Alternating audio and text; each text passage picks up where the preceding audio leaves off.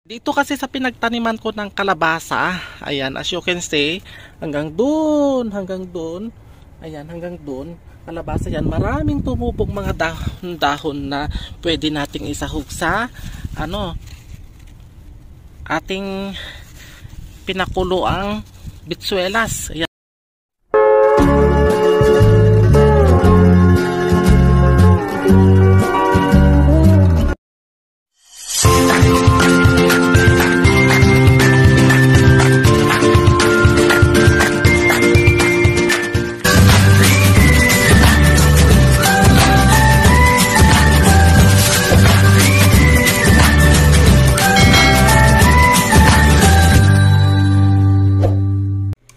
Ayan.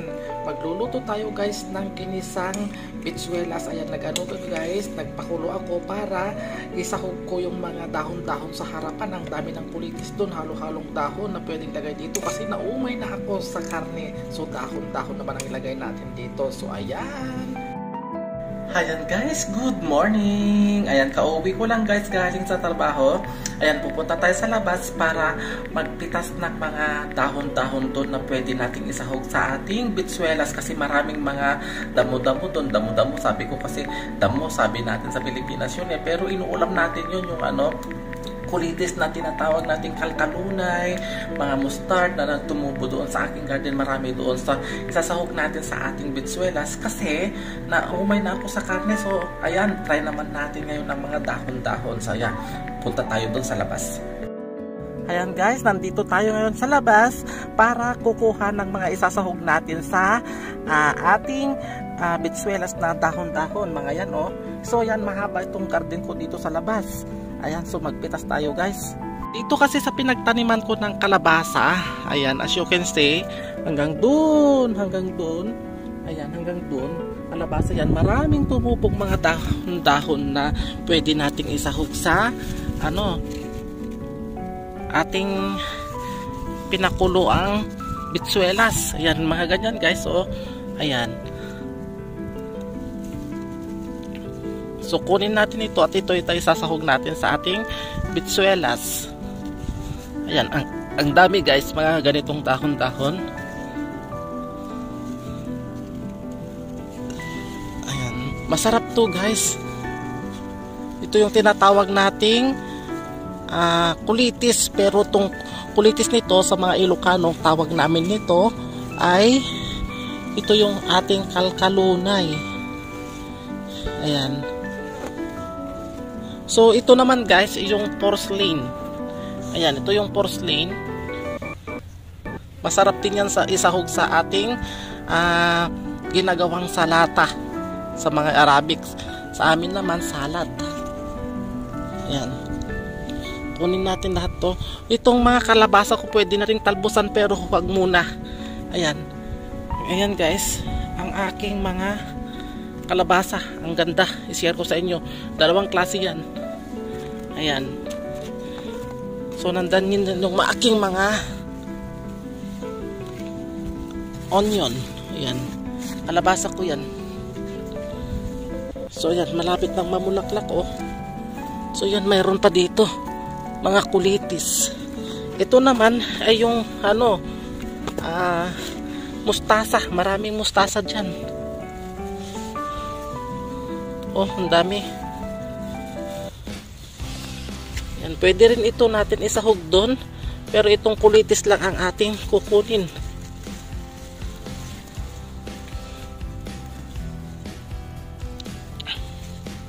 Ayan, ang aking mga tanim. So marami din sili dyan, yung maanghang. Ayan, as you can see, mga sili yan.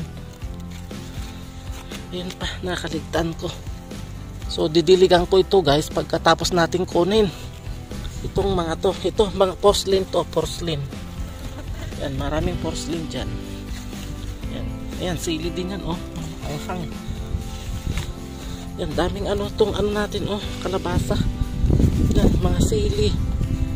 Yan, mga pudla kong sili noon yan, natatabunan. Buksan natin yan oh. Yan, mga kwantong. Masarap to. Yan, mulaklak na siya. O, yan, yan.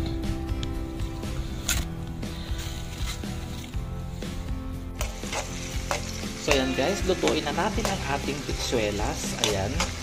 Naglagay ako guys ng garlic, onion, at saka sili. Itong sili na to guys, hindi na siya maanghang.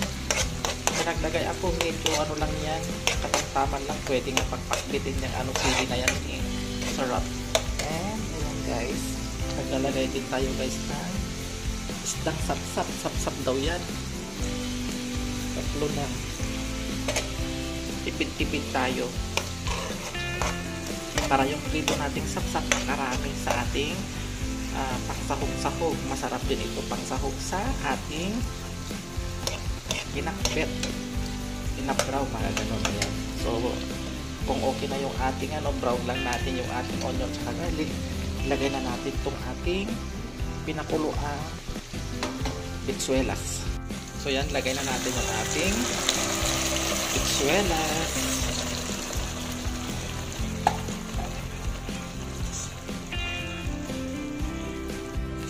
Yan, maglagay tayo guys ng pangmalinamnam natin.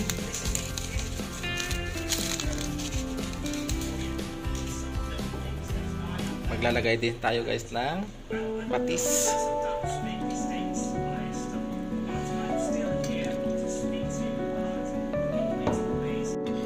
So yan guys, ilagay na natin ang ating dahon-dahon.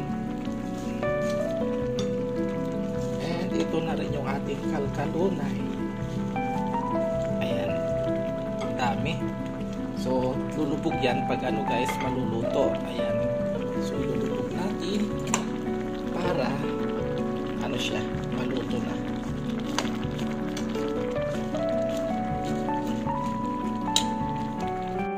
So yan na guys, luto na ang ating ginisang bitsuelas with ating fish at saka yung pinitas nating mga gulay sa labas. Ayan, kain na guys.